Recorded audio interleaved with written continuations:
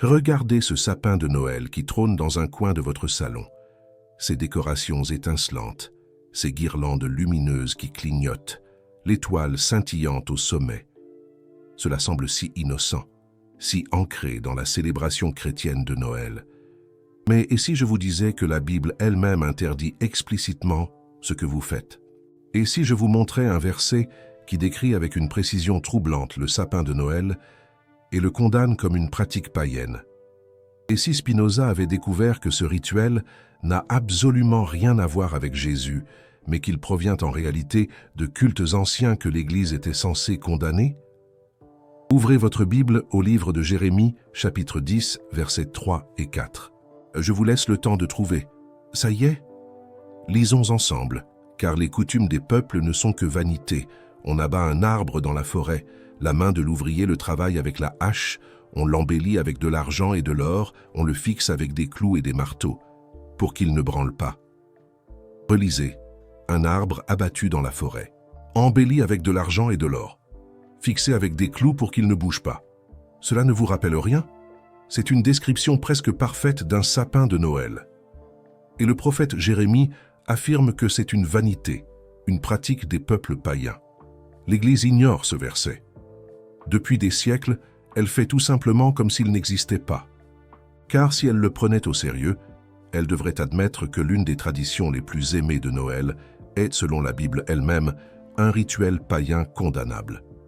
Spinoza a noté cette contradiction au XVIIe siècle.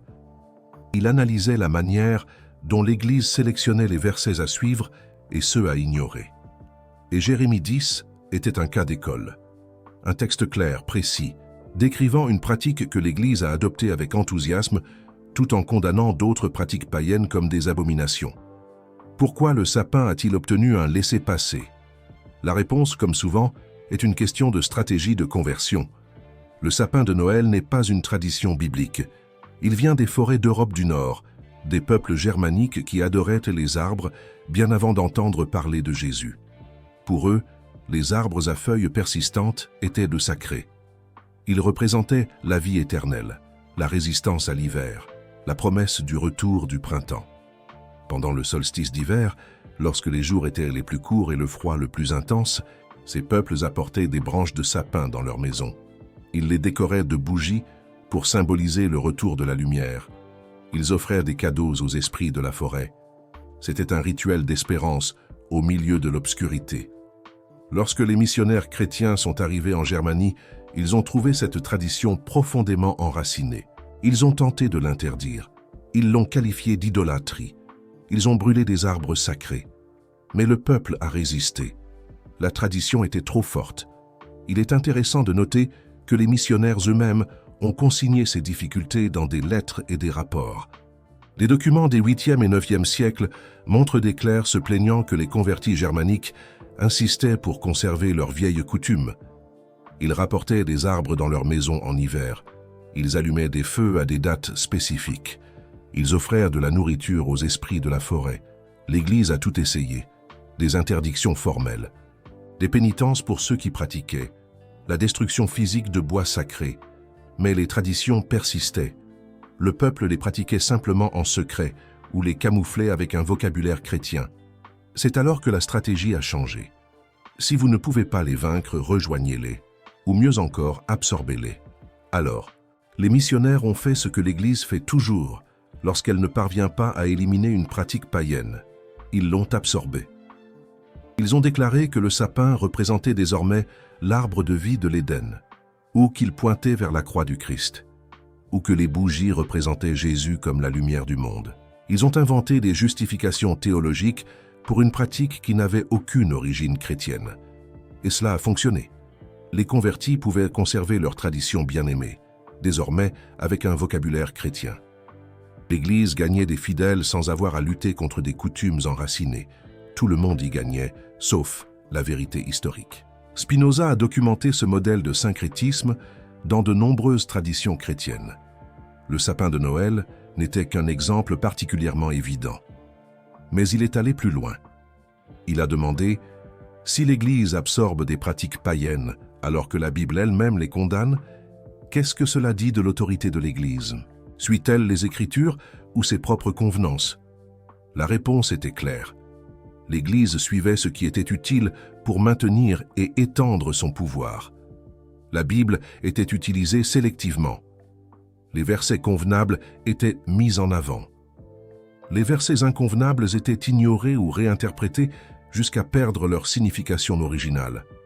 Jérémie 10 est un cas parfait. Le texte est clair. Il décrit l'action de couper un arbre, de le décorer, de le fixer pour qu'il ne tombe pas. Et il condamne cela comme une pratique païenne. Mais aucun prêtre ne lira cela dans son sermon de Noël. Aucun catéchisme ne mentionne ce verset. C'est comme s'il n'existait pas. Mais soyons justes. Certains théologiens affirment que Jérémie ne parlait pas de sapin de Noël. Il parlait d'idoles de bois, de statues païennes. Le contexte, disent-ils, porte sur l'idolâtrie et non sur la décoration. Est-ce un argument valable? Examinons-le. Le texte parle de couper du bois dans la forêt et de le décorer avec de l'argent et de l'or. Les idoles antiques étaient fréquemment sculptées et recouvertes de métaux précieux. Alors oui, le contexte immédiat peut concerner la sculpture d'idoles. Mais Spinoza soutenait que le principe était plus large. La condamnation portait sur le fait d'introduire des éléments de la nature dans la maison et de les décorer dans le cadre d'un rituel.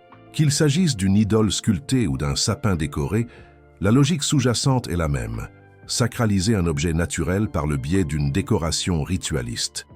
Et plus important encore, même si Jérémie ne parlait pas spécifiquement de sapin de Noël, le fait demeure que les arbres décorés étaient des pratiques païennes courantes. Les Hébreux le savaient, les prophètes le condamnaient. La tradition que nous appelons aujourd'hui le sapin de Noël descend directement de ces pratiques. Parlons d'histoire. Le sapin de Noël tel que nous le connaissons apparaît pour la première fois dans la documentation historique au XVIe siècle, en Alsace, à l'actuelle frontière entre la France et l'Allemagne. Des documents de l'époque décrivent des arbres décorés dans les maisons pendant la période de Noël. Mais cela ne signifie pas que la pratique a commencé là. Cela signifie simplement que c'est à ce moment-là qu'elle a commencé à être documentée de manière systématique. Les racines sont bien plus anciennes. Les druides celtes révéraient les arbres, en particulier les chênes. Ils croyaient que des esprits les habitaient. Ils décoraient les arbres sacrés pendant le solstice d'hiver. Les druides avaient une hiérarchie élaborée d'arbres sacrés. Le chêne était le plus vénéré, associé au dieu du tonnerre.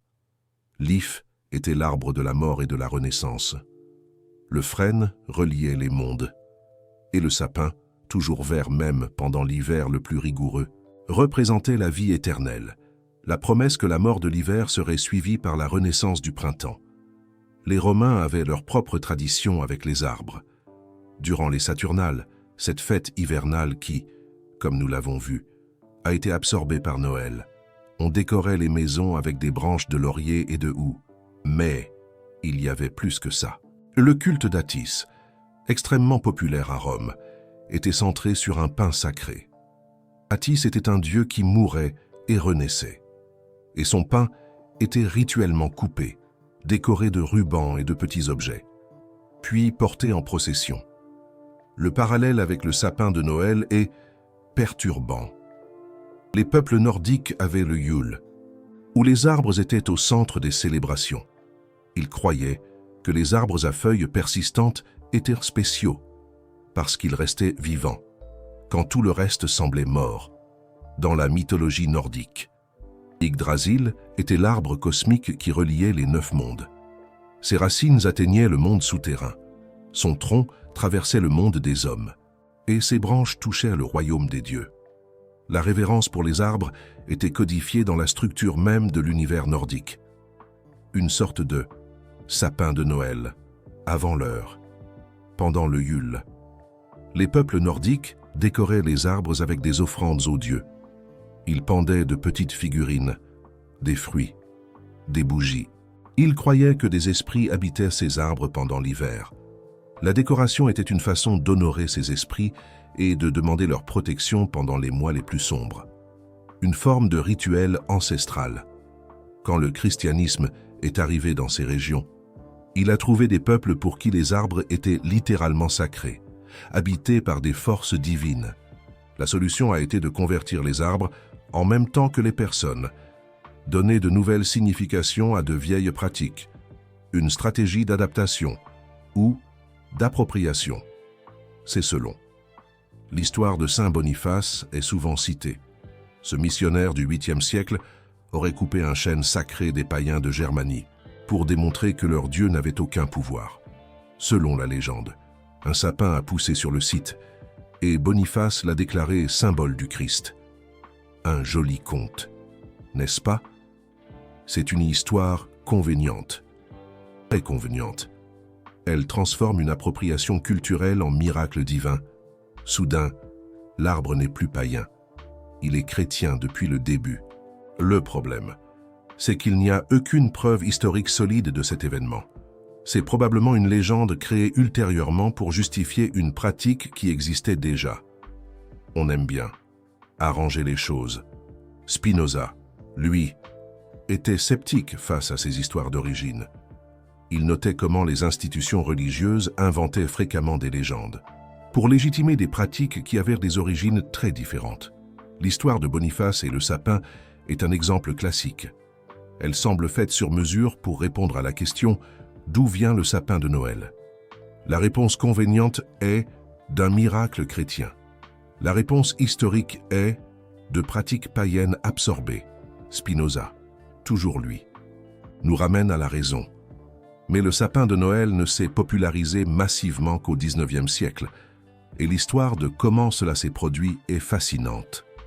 Accrochez-vous, en 1840, la reine Victoria d'Angleterre a épousé le prince Albert, d'origine allemande. Albert a apporté la tradition du sapin de Noël de Germanie à la cour britannique. En 1848, une illustration de la famille royale autour d'un arbre décoré a été publiée dans un journal populaire. On pourrait dire une une. Cette image est devenue virale, selon les normes de l'époque, la classe moyenne britannique, toujours désireuse d'imiter la royauté, a adopté le sapin de Noël en masse. De là, la tradition s'est répandue dans l'Empire britannique et aux États-Unis. Effet domino. En moins d'une génération, le sapin de Noël est passé de coutume régionale allemande à symbole universel du Noël chrétien. Tout ça, à cause d'une gravure de journal montrant la reine autour d'un arbre. Incroyable, non? Le pouvoir de cette image ne peut pas être sous-estimé. La reine Victoria était l'icône de moralité et de respectabilité de l'ère. Si elle avait un sapin de Noël, alors le sapin était respectable. Si c'était respectable, c'était désirable. La classe moyenne britannique, toujours avide de statut, s'est précipitée pour imiter. Les commerçants ont perçu l'opportunité et ont commencé à vendre des arbres, des décorations, des cadeaux. Une industrie entière est née autour d'une tradition païenne qu'une reine a rendue socialement acceptable. Le capitalisme, toujours là. Cela montre comment les traditions religieuses sont souvent moins une question de théologie et plus une question de mode, de statut social, d'imitation des élites. Le sapin de Noël ne s'est pas répandu parce qu'il était bibliquement fondé. Il s'est répandu parce que la reine d'Angleterre en avait un, CQFD. Aux États-Unis, le sapin de Noël a rencontré une résistance initiale. Les puritains qui ont fondé les colonies de la Nouvelle-Angleterre étaient hostiles aux célébrations de Noël. Ils considéraient Noël comme une fête catholique, pleine d'éléments païens. Dans le Massachusetts, célébrer Noël était officiellement illégal de 1659 à 1681. C'est dire. Mais l'immigration allemande au XIXe siècle a apporté le sapin de Noël en Amérique. Et quand l'image de la reine Victoria est arrivée, la résistance s'est effondrée. En quelques décennies, l'arbre est devenu le symbole central du Noël américain. Fin de l'histoire, ou presque. C'est une histoire de contingence historique, pas de commandement divin. L'arbre que vous montez en décembre est le produit de traditions germaniques pré-chrétiennes, diffusées par une reine britannique, popularisée par des immigrants européens, et commercialisée par une industrie qui a découvert combien de choses elle pouvait vendre autour d'un arbre décoré. Un joli mélange. Spinoza aurait trouvé ça ironique. Des personnes qui se considéraient comme des chrétiens dévots, adoptant une pratique païenne, parce qu'elles ont vu la reine le faire. pas par conviction religieuse, mais par conformisme social. C'est exactement le type de comportement qu'il critiquait quand il parlait de superstition travestie en religion. Il aurait eu matière à écrire. Mais revenons à la Bible. Parce que Jérémie 10 n'est pas le seul texte pertinent. Il y a d'autres passages, encore plus explicites.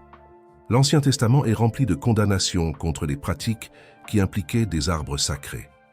Les prophètes critiquaient répétitivement les Israélites pour avoir adoré sur les hauteurs, sur les monts, sous des arbres verts. C'étaient des pratiques cananéennes que les Hébreux avaient absorbées, et les prophètes les considéraient comme des abominations. Un vrai problème. Deutéronome 16, verset 21, dit explicitement « Tu ne planteras aucun arbre comme poteau d'idole à côté de l'autel de l'Éternel, ton Dieu. » L'association entre les arbres et l'idolâtrie était claire pour les auteurs bibliques, sans équivoque. Osée 4 critique les Israélites pour avoir brûlé de l'encens sous les chênes, les peupliers et les térébinthes, parce que leur ombre est bonne. La pratique de vénérer les arbres était considérée comme un adultère spirituel, une infidélité à Dieu, un péché grave. Ésaïe 57 condamne ceux qui s'enflamment avec les idoles sous tout arbre vert, la flamme de l'idolâtrie. Ézéchiel 6 parle de détruire les hauts lieux et les autels, et de briser les idoles sous tout arbre vert et touffu. La répétition de cette phrase, sous tout arbre vert, apparaît plus de 10 fois dans l'Ancien Testament. C'était presque un cliché prophétique, une façon standard de décrire l'idolâtrie, un leitmotiv. Selon Roi 17, décrit comment les Israélites ont péché en faisant pour eux des statues et des poteaux d'idoles sur toute colline élevée et sous tout arbre vert. L'association entre les arbres et l'idolâtrie était si forte que les prophètes ne pouvaient pas parler de l'un sans mentionner l'autre. Inimaginable. Le schéma est consistant et répétitif. Spinoza, encore lui, aurait adoré analyser tout ça. Les arbres, dans un contexte religieux, étaient profondément problématiques pour les prophètes hébreux. Ils représentaient l'influence des religions voisines, la contamination de la foi pure par des pratiques païennes. Spinoza connaissait ces textes profondément. Il lisait l'hébreu et étudiait l'Ancien Testament dans sa langue originale.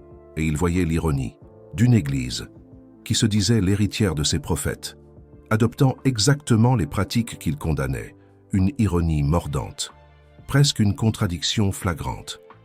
La justification habituelle, c'est que le contexte a changé. Les chrétiens ne sont pas en train d'adorer l'arbre. Ils l'utilisent comme une décoration qui pointe vers le Christ. L'intention est différente. Alors, la pratique est acceptable, une pirouette théologique. Mais cet argument ouvre une porte dangereuse. Si l'intention est tout ce qui compte, alors n'importe quelle pratique païenne peut être justifiée à partir du moment où vous dites que vous avez une intention chrétienne. Brûler de l'encens pour des idoles? Non, je le brûle pour Jésus. Danse rituelle autour d'un feu de joie? Non, je célèbre la résurrection. Sacrifice d'animaux? Non, c'est une offrande au Seigneur. C'est une pente glissante. Les prophètes n'accepteraient pas cette logique. Pour eux, certaines pratiques s'étaient contaminées par leurs origines. Peu importe l'intention du pratiquant, la forme en elle-même portait la tache du paganisme, comme une souillure indélébile. Spinoza argumentait que cette rigueur prophétique avait une raison. Les pratiques religieuses ne sont pas neutres, elles charrient des significations, des histoires, des associations. Quand vous adoptez une pratique d'une autre religion, vous ramenez inévitablement une partie de sa signification originale. Vous pouvez dire que le sapin de Noël représente le Christ, mais à un niveau plus profond, il résonne encore des cultes de fertilité, des forêts de Germanie. Est-ce que ça importe? Pour vous, cela dépend de l'importance que vous accordez à la pureté religieuse. Si vous pensez que les formes n'importent pas, seulement les intentions, alors continuez avec votre arbre. Mais si vous croyez que la Bible doit être suivie conséquemment, Jérémie 10 est un problème, un vrai problème. L'Église, historiquement, a été très sélective sur quelles pratiques païennes absorber et lesquelles condamner. Sapin de Noël, autorisé. Astrologie, condamné. Échange de cadeaux, autorisé. Divination, condamné. Bougies allumées dans des rituels, autorisé. Nécromancie, condamné. Encens brûlé dans des cérémonies, autorisé. Encens brûlé en dehors de l'église, suspect. Très suspect. Le critère n'a jamais été biblique. Il a toujours été pratique et politique. Ce qui fonctionnait pour garder les fidèles était absorbé. Ce qui menaçait l'autorité de l'Église était éliminé. Ce qui pouvait être contrôlé par l'institution était accepté. Ce qui échappait au contrôle institutionnel était persécuté impitoyablement. Les sapins de Noël étaient sûrs parce qu'ils se déroulaient à l'intérieur des maisons, sous supervision familiale, intégrés à la célébration ecclésiastique plus large. Les pratiques de divination étaient dangereuses parce qu'elles offraient un accès direct au surnaturel, sans l'intermédiaire de l'Église. Le problème n'a jamais été le paganisme en soi. C'était qui contrôlait la pratique, le contrôle, toujours. Spinoza voyait cela comme une évidence que l'Église était une institution politique autant que religieuse. Ses décisions n'étaient pas basées sur une révélation divine ou une interprétation consistante des Écritures. Elles étaient basées sur un calcul de pouvoir. Ce qui renforce l'Église est bon, ce qui l'affaiblit est hérésie, une logique implacable. Le sapin de Noël renforçait l'Église. Il permettait de convertir les Germains sans exiger qu'ils abandonnent leurs traditions les plus aimées. C'était une concession stratégique qui rapportait des millions de fidèles. Pourquoi l'Église y renoncerait-elle? Juste parce qu'un prophète d'il y a 2500 ans avait une opinion différente? Ridicule. Mais parlons des symboles spécifiques du sapin de Noël moderne. L'étoile au sommet représente l'étoile de Bethléem, disent-ils. Mais des étoiles au sommet des arbres existaient dans les traditions païennes germaniques. Avant le christianisme, elles représentaient le soleil ou l'étoile polaire. La réinterprétation chrétienne est venue après les boules décoratives. Originalement, c'étaient des pommes ou des noix, symboles de fertilité. Dans les cultes divers, les pommes étaient spécialement associées aux déesses de la fertilité. La connexion avec le fruit défendu de l'Éden est une rationalisation postérieure. Les lumières, dans les traditions originales, c'étaient des bougies représentant le retour du soleil après le solstice, la lumière vainquant les ténèbres, parfaitement païen.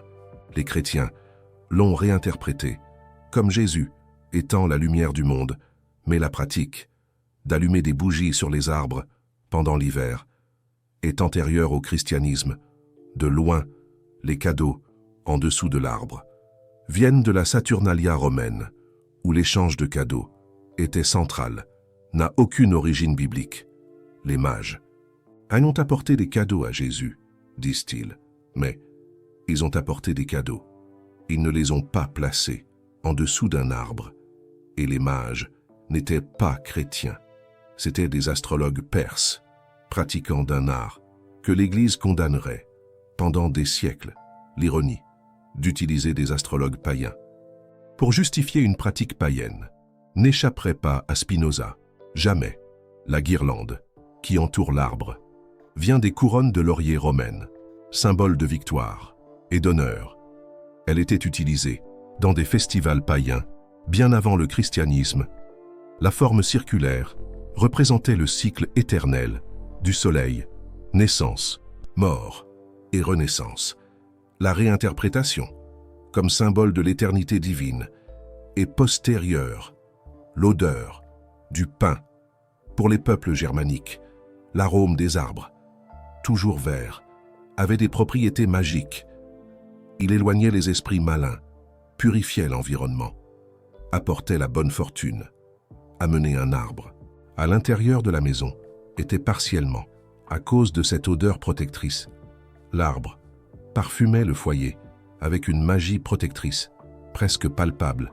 Les décorations rouges, originalement, c'étaient des pommes, symbole de fertilité et de tentation. La couleur rouge en elle-même était associée au sang et à la vie. Dans de nombreuses traditions païennes, la réinterprétation chrétienne, comme symbole du sang du Christ, est postérieure, évidemment. L'acte d'amener un arbre vivant à l'intérieur de la maison, dans les traditions germaniques, c'était littéralement amener un esprit de la forêt pour habiter temporairement le foyer. C'était une invitation au pouvoir de la nature. L'idée que les arbres avaient des esprits, les habitants, était centrale. Pour ces cultures, la mise en place de l'arbre dans un endroit central de la maison, dans les traditions païennes, cela créait un point focal d'énergie spirituelle. C'était un autel naturel. Les fidèles se réunissaient autour de l'arbre, comme ils se réuniraient autour d'un autel. Un point de connexion avec le sacré. Chaque élément, du sapin de Noël moderne à des racines dans des pratiques pré-chrétiennes. L'Église a cousu tout cela ensemble avec une narration biblique, mais les coutures sont visibles pour qui veut regarder. Et Jérémie 10 est la couture la plus visible de toutes, un verset qui décrit exactement ce que des millions de chrétiens font chaque mois de décembre et le condamnent. Explicitement, Spinoza dirait qu'il n'est pas possible d'ignorer autant de coïncidences un verset décrivant des arbres coupés et décorés, des traditions païennes, documentées, d'arbres décorés en hiver, une église qui a absorbé ces traditions exactement quand elle tentait de convertir les peuples qui les pratiquaient, et une absence totale de mention aux arbres dans n'importe quel texte du Nouveau Testament. C'est troublant. Et ici, nous arrivons à une question fondamentale. Est-ce que ça importe vraiment? Est-ce que tout cela a une importance réelle? Certaines personnes argumentent que non. Les traditions évoluent. Les significations changent. Ce qui était païen il y a 2000 ans peut-il légitimement être chrétien aujourd'hui? La culture est dynamique.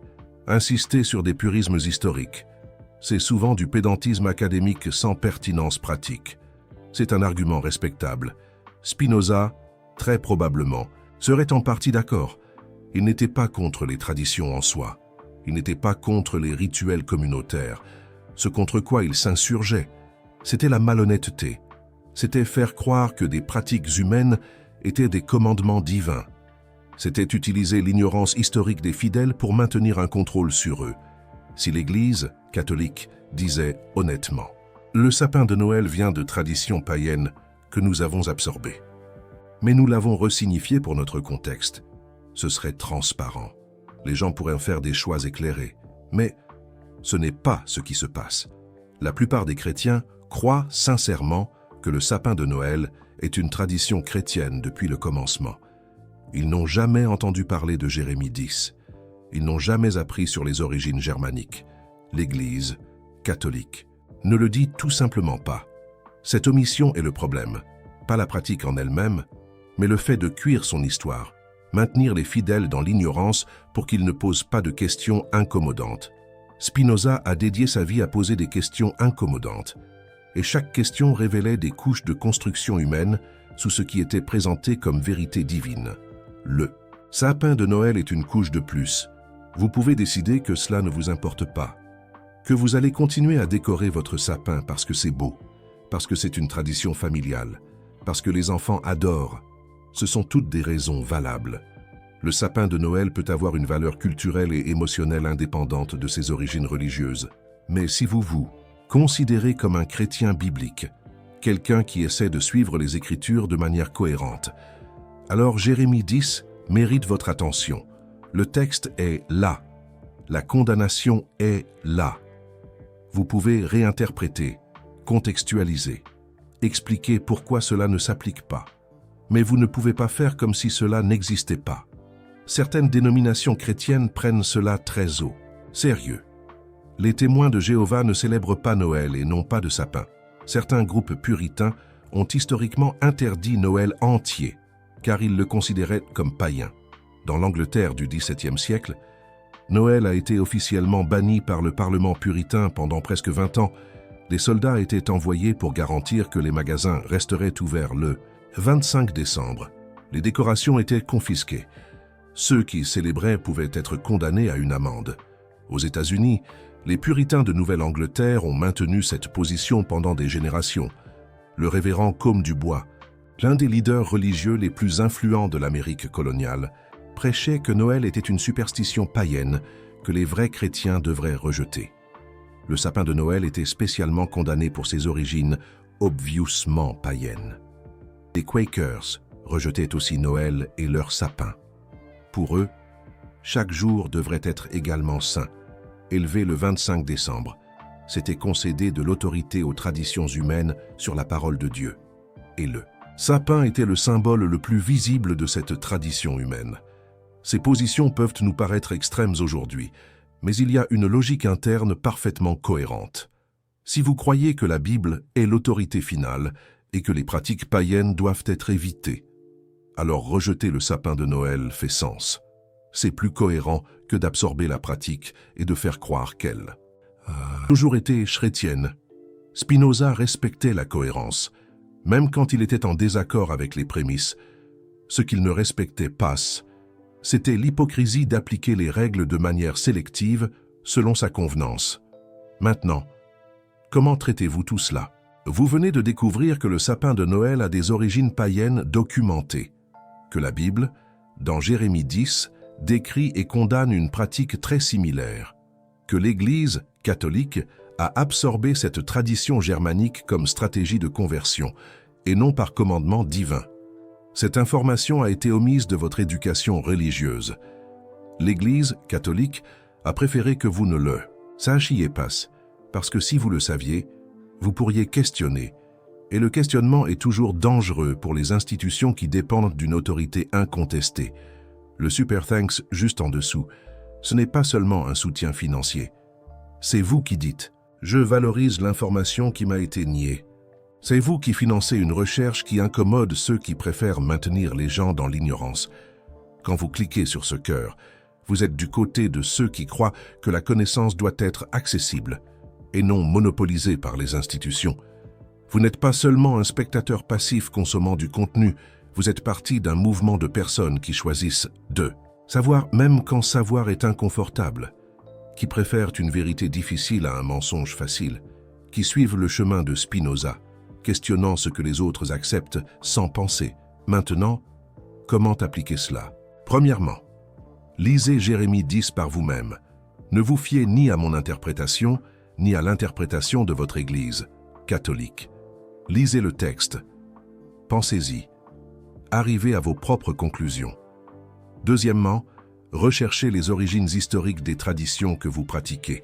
Pas seulement le sapin de Noël, mais d'autres aussi. Vous allez découvrir que beaucoup de ce qui semble chrétien a des racines dans d'autres traditions. Cela n'invalide pas nécessairement les pratiques, mais vous donne une perspective plus complète. Troisièmement, décidez consciemment de ce que vous voulez faire. Vous pouvez garder le sapin en connaissant ses origines. Vous pouvez abandonner le sapin pour des raisons bibliques. Vous pouvez le resignifier de manière honnête. Il n'y a pas de réponse correcte, universelle. Il y a la réponse qui fait sens pour vous, étant donné les informations que vous possédez maintenant. Quatrièmement, partagez cette information avec d'autres qui pourraient en bénéficier. Beaucoup de personnes n'ont jamais entendu parler de Jérémie 10 en relation avec les sapins de Noël. Quand elles l'entendent, certaines sont irritées, d'autres sont reconnaissantes. Certaines changent leurs pratiques, d'autres les maintiennent mais avec une nouvelle conscience. Toutes sont des réponses valables, pourvu qu'elles soient informées. Spinoza croyait que la connaissance libère, pas parce qu'elle vous dit ce qu'il faut faire, mais parce qu'elle vous permet de choisir en fonction de l'information et non de l'ignorance imposée, un sapin de Noël monté par celui qui connaissait. Origine païenne est un choix libre. Un sapin monté par celui qui croit que c'est une tradition chrétienne depuis toujours est un choix basé sur la désinformation. L'Église catholique a préféré la seconde option pendant des siècles. Elle a maintenu les fidèles désinformés parce que les fidèles désinformés ne questionnent pas, n'exigent pas d'explications, ne pointent pas les contradictions. Et les fidèles désinformés continuent d'acheter ce que l'Église catholique vend, que ce soit des indulgences dans le passé ou une pertinence culturelle dans le présent. L'ignorance historique n'est pas accidentelle, elle est cultivée. Les séminaires enseignent la théologie systématique et non l'histoire critique des traditions. Les catéchèses se concentrent sur les dogmes et non sur les origines. Les sermons célèbrent le sapin sans mentionner Jérémie. L'omission est systématique, générée à chaque niveau de formation religieuse. Spinoza a choisi la première option. Il a payé avec l'excommunication, l'isolement, la pauvreté. Mais il est mort libre, libre de devoir défendre l'indéfendable, libre, libre de devoir prétendre que des pratiques humaines étaient des commandements divins, libre de penser par soi-même. C'est curieux de penser que Spinoza n'a jamais vu un sapin de Noël au sens moderne. Il vivait au XVIIe siècle, quand cette pratique était encore régionale et limitée. Le sapin ne deviendrait un symbole universel de Noël que 200 ans après sa mort. Mais il a vu le même schéma dans d'autres traditions. Il a vu l'Église absorber des cultes païens et les présenter comme chrétiens. Il a vu des versets de la Bible être ignorés quand ils étaient gênants. Il a vu l'hypocrisie de condamner le paganisme tout en pratiquant des variantes de celui-ci. Il a vu comment les institutions religieuses utilisaient la tradition comme outil de contrôle social. Spinoza. Spinoza vivait à Amsterdam, où des Juifs réfugiés de l'Inquisition tentèrent de reconstruire leur vie. Il voyait comment sa propre communauté avait des règles strictes sur la pureté religieuse. Et il voyait comment les chrétiens autour mélangeaient librement des éléments d'origine diverses, sans remettre en question. La différence était instructive. Si Spinoza était vivant aujourd'hui et voyait un sapin de Noël, il ne serait probablement pas choqué. Il dirait « C'est toujours la même chose ». La même dynamique que j'ai documentée au XVIIe siècle continue 400 ans plus tard. Le même mélange de syncrétisme et de malhonnêteté, la même stratégie de contrôle à travers la tradition. Spinoza. Le sapin de Noël dans votre salon est une invitation. Une invitation à réfléchir sur d'où viennent les traditions que vous pratiquez. Sur pourquoi vous pratiquez ce que vous pratiquez. Sur ce que la Bible dit vraiment versus ce qu'on vous a dit qu'elle disait. Vous pouvez accepter cette invitation ou l'ignorer. Le sapin va continuer là, avec ses lumières, ses boules et son étoile au sommet. Mais maintenant, vous savez quelque chose que vous ne saviez pas avant. Et la connaissance, une fois acquise, ne peut pas être oubliée. Ce que vous faites avec cette connaissance est votre choix. Commentez ici en bas. Allez-vous garder votre sapin de Noël après avoir entendu parler de Jérémie 10, Team Je garde versus Team J'abandonne? Et quelle a été la partie de cette vidéo qui vous a le plus surpris? Je réponds aux commentaires les plus réfléchis dans les prochaines heures. Si vous connaissez quelqu'un qui se considère comme chrétien biblique et qui n'a jamais entendu parler des origines païennes du sapin de Noël, envoyez-lui cette vidéo. Pas pour juger leur choix, mais pour qu'ils puissent faire un choix informé. Et si vous voulez plus de révélations sur des traditions que l'Église préférait que vous ne connaissiez pas, abonnez-vous à la chaîne. Spinoza a découvert beaucoup plus que des sapins de Noël. Chaque tradition a une histoire, et chaque histoire a des couches qui ont été enterrées. Spinoza.